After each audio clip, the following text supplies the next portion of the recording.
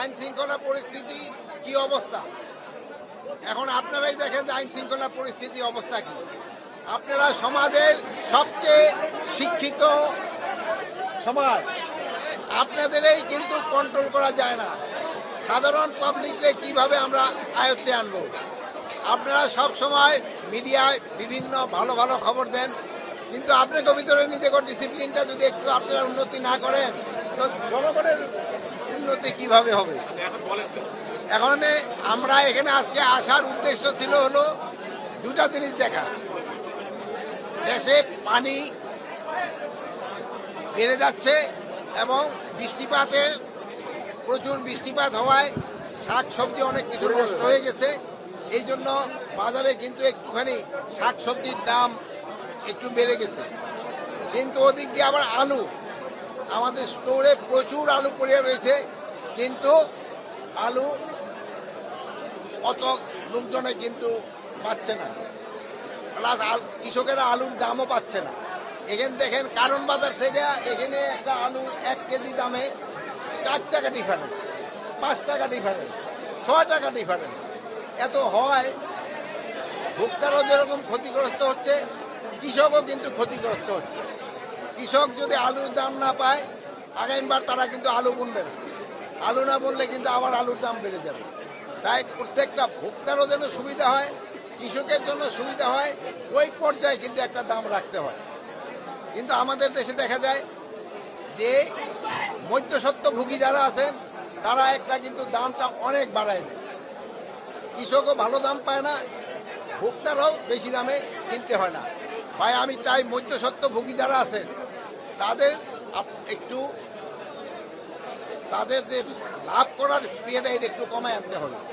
আর মধ্যস্বত্বভোগীরাই কিন্তু উচ্চ শ্রেণী, তারাই কিন্তু সমাজের উচ্চ শ্রেণী এবং তারাই কিন্তু বেশিটা লাভ করে যায়। এটারে কিভাবে কন্ট্রোল করা যায়, এটা আপনারা আমাদের সহযোগিতা করতে হবে। আপনাদের সহযোগিতা ছাড়া এটা করা সম্ভব না।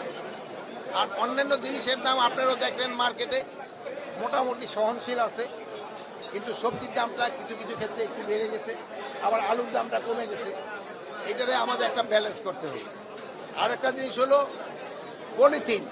পলিথিন কিন্তু একটা জানেন, এই পলিথিনের জন্য কিন্তু এই যে আমাদের মাটি নষ্ট হয়ে যাচ্ছে।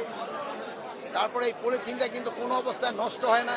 এই যে ধরেন যে অনেক সময় যে পানি আটকে যায় পলিথিনের জন্য, পলিথিনের কোনো উপকারিতাই নেই, এটার অপকারিতাই সবচেয়ে বেশি।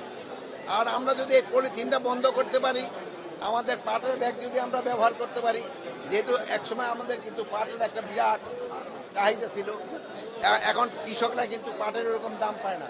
এখন আপনারা যদি পলিথিন ব্যবহার বন্ধ করে পাটের ব্যাগ ব্যবহার শুরু করেন, তবে আমাদের কৃষকরা লাভবান হবে, আমাদের স্বাস্থ্যসম্মত জিনিস হবে এবং পরিবেশের জন্য একটা ভালো জিনিস হবে।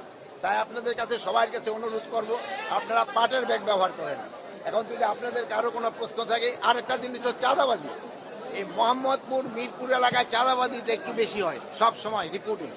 এটা চাঁদাবাজিটা কিভাবে কন্ট্রোলের ভিতরে আনতে হবে, মানে চাঁদাবাজি কোনো চাঁদাবাজকেই বাংলাদেশে থাকতে দেওয়া হবে না, চাঁদাবাজিদের স্থায়ী বাংলাদেশে হবে না। এটা যে যত বড় চাঁদাবাজি হোক না কেন, তারে আমরা আইনের আওতায় নিয়ে আসবো। কাউকে কোনো রকম চাঁদাবাজি ছাড় দেওয়া হবে না।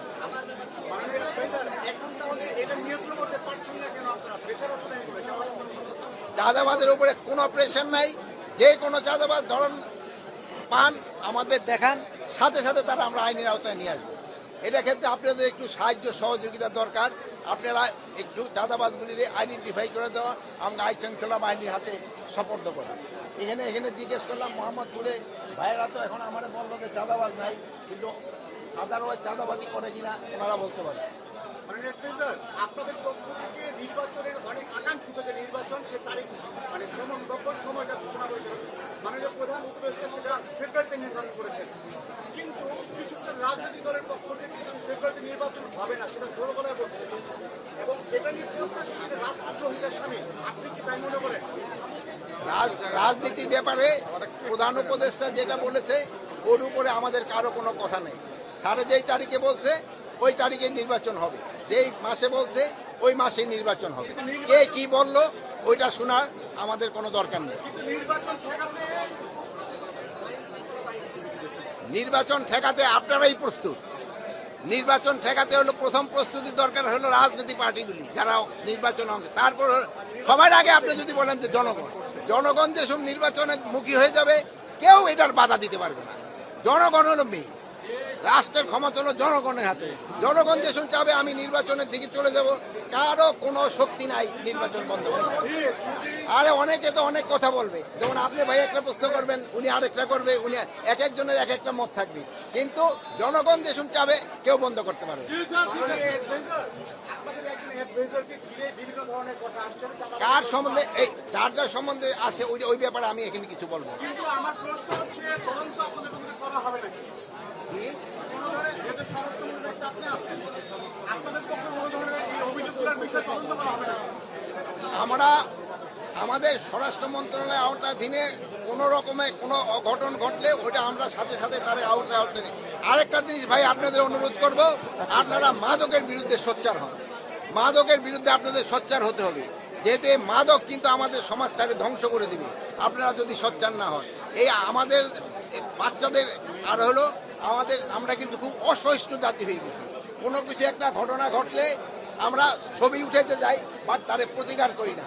কিন্তু প্রতিকার করা একটা সমাজে যদি কোনো অঘটন ঘটে বা একটা খারাপ কাজ চলতে থাকে, ওটা প্রতিকার করা আপনাদের ইমানই দায়িত্ব। আপনারা ওটার প্রতিকার করবেন।